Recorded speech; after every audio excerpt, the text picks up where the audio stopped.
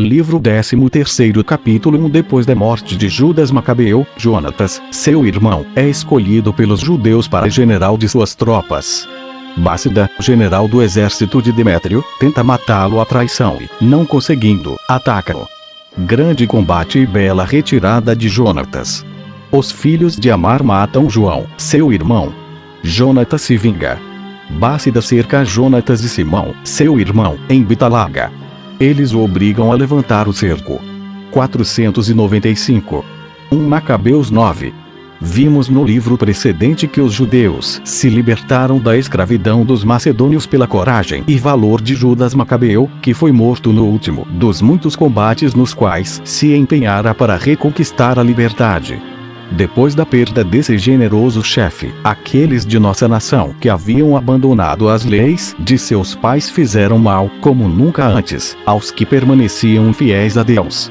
E uma grande carestia afligiu de tal modo a Judéia que vários dentre aqueles passaram para os macedônios, a fim de garantir a própria subsistência.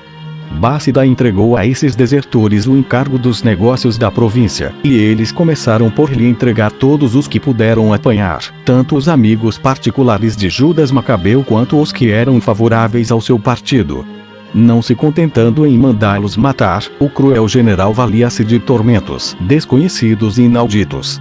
Os judeus, vendo-se reduzidos à extrema miséria, qual nem mesmo haviam sofrido após o cativeiro na Babilônia, e tendo motivo para temer a completa ruína, pediram a Jonatas, irmão de Judas, que imitasse o valor de seu admirável irmão, o qual terminara a vida combatendo até o último suspiro pela salvação de sua pátria, e não permitisse que toda a nação perecesse por falta de um chefe tão competente quanto ele. Jonatas respondeu que estava pronto a sacrificar a sua vida pelo bem público, e, como todos julgassem que não podiam confiar o cargo à pessoa mais digna, escolheram-no para chefe com o consentimento geral. 496. Bássida apenas o soube, com medo de que Jonatas causasse tantas preocupações quanto o irmão ao rei e aos macedônios, resolveu mandar matá-lo à traição. Mas Jonatas e Simão descobriram o seu intento e se retiraram com vários dos de seu partido para o deserto próximo de Jerusalém, detendo-se junto do lago de Asfar. Bássida, pensando que eles estavam com medo, marchou imediatamente contra eles com todas as suas tropas e acampou além do Jordão. Quando Jonatas soube disso, enviou João, seu irmão, cognominado Gades, com a bagagem, aos árabes nabateenses, que eram seus amigos, para lhes pedir que aguardassem até que tivessem terminado a luta com Bássida. Porém os filhos de Amar saíram da cidade de Medeba e o atacaram, saquearam toda a bagagem e o mataram, bem como a todos os que o acompanhavam. Tão negra ação não ficou impune. Os irmãos de João tiraram vingança, como diremos em seguida. Bássida, sabendo que Jonatas se retirara aos pantanais do Jordão, escolheu o sábado para atacá-lo, na persuasão de que a observância da lei os impediria de combater. Jonatas fez ver aos seus que os inimigos que tinham à frente e o rio, que estava por trás, tirando-lhes a passagem e os meios de fuga, exigiriam deles toda a coragem e todo o empenho na luta, se quisessem salvar-se de tão grande perigo.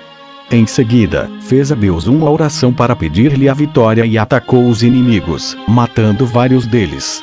Bássida, vendo aproximar-se de maneira tão ousada, reuniu todas as suas forças para desferir-lhe um tremendo golpe. Jonatas, porém, o evitou e, percebendo que não estava em condições de resistir por muito tempo a um inimigo tão numeroso, lançou-se com seu exército ao rio, passando a nado, o que os inimigos não ousaram fazer. Assim, Bássida, que perdeu no combate uns 2.000 homens, voltou para a fortaleza de Jerusalém e fortificou várias cidades que haviam sido destruídas, isto é, Jericó, Emaús, Bet-Olom, Betei, Tamnata, Faratom, Tefon e Gazara, rodeando-as com muralhas com torres grandes e fortes e colocando nelas guarnições, a fim de poder usá-las como base nas incursões contra os judeus. Fortificou de modo particular a fortaleza de Jerusalém, onde mantinha prisioneiros os principais dos judeus, que lhe haviam sido entregues como reféns. Ou César. 497. Por esse mesmo tempo, Jonatas e Simão souberam que os filhos de Amar iriam levar, da cidade de Gatala, com grande pompa e magnificência, a filha de um dos principais dos árabes, que um deles recebera como noiva, para celebrar as bodas. Os dois irmãos julgaram que não haveria ocasião melhor para vingar a morte de João, seu irmão. Assim, marcharam com grandes forças para Medeba e puseram-se de emboscada no monte que está à passagem. Logo que viram a noiva aproximar-se com o noivo e seus amigos, atiraram-se sobre eles, mataram todos, levaram o que eles tinham de mais precioso e voltaram, depois de se sentirem plenamente vingados. Eles mataram cerca de 400, entre homens, mulheres e crianças, e sua moradia agora era nos pantanais do Jordão. 498. Bássida, depois de colocar as guarnições na Judéia, voltou para visitar o rei Demétrio. Assim, os judeus ficaram em paz durante 2 anos.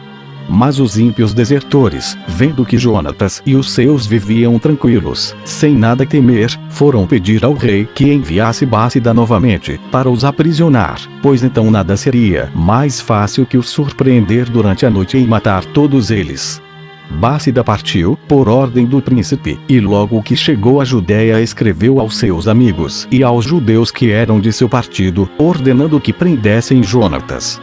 Eles tudo fizeram para consegui-lo, mas inutilmente, porque ele vivia de sobreaviso. Bássida ficou de tal modo encolerizado contra aqueles falsos judeus, pensando que eles o haviam enganado, bem como ao rei, que mandou matar uns 50 dentre os principais.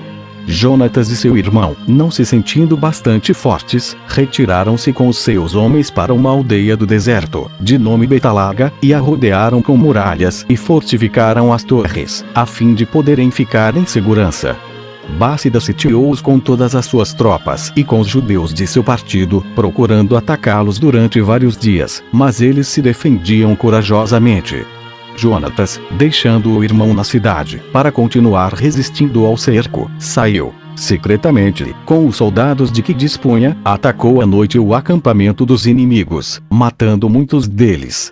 Depois mandou avisar o irmão, que saiu também e incendiou as máquinas com que eram atacados, matando um grande número de inimigos. Bássida, vendo-se acossado de todos os lados e não tendo esperança de tomar a cidade, ficou de tal modo perturbado que parecia ter perdido a razão. Então descarregou a sua cólera sobre os miseráveis transfugas, que ele julgava terem enganado o rei ao persuadir o soberano a enviá-lo para a Judéia. Depois disso, pensava apenas em como levantar o cerco sem desonra e retirar-se. Obed-Buzi. Capítulo 2. Jonatas faz a paz com Bássida. 499. 1 Macabeus 9.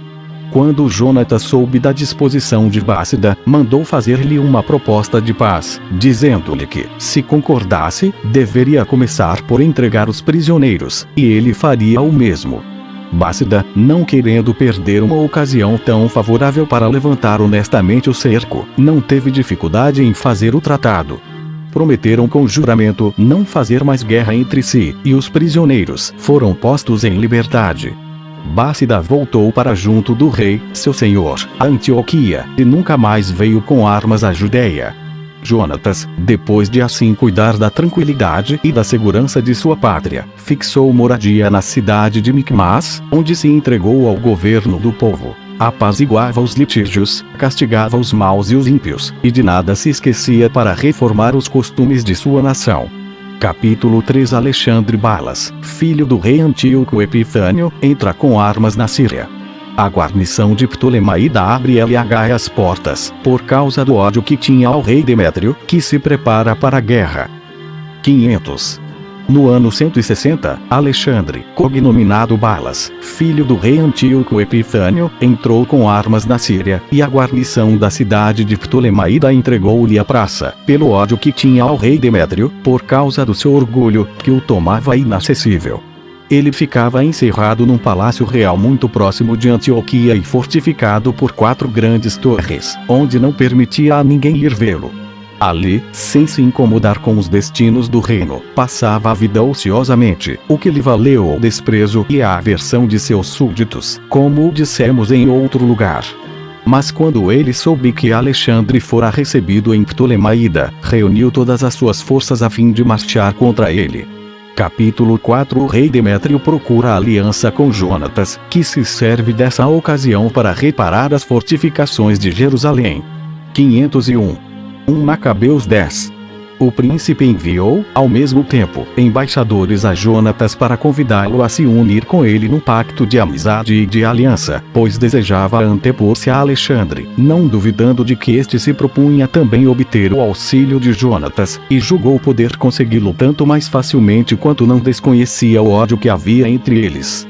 Mandava-o ainda reunir tropas, quantas pudesse, para ajudá-lo naquela guerra e permitia-lhe retomar os reféns judeus que Bássida havia deixado na fortaleza de Jerusalém. Jonatas, logo que recebeu as cartas, foi a Jerusalém e leu-as na presença de todo o povo e da guarnição da fortaleza. Os judeus ímpios e fugitivos que lá se haviam refugiado ficaram muito surpreendidos, porque o rei permitia a Jonatas reunir soldados e retirar os reféns. Depois que estes lhe foram entregues, ele os enviou todos aos seus respectivos parentes e serviu-se da ocasião para fazer grandes restaurações em Jerusalém. Estabeleceu aí a sua moradia, sem que houvesse oposição, e mandou reconstruir as muralhas, com grandes pedras quadradas, para que pudessem resistir aos ataques dos inimigos. Quando as guarnições dispersas pelas cidades fortificadas da Judéia o viram agir desse modo, abandonaram o seu posto e se retiraram para Antioquia, exceto os de Bet-Zur e os da fortaleza de Jerusalém, porque eram guarnições compostas principalmente de judeus desertores e sem religião.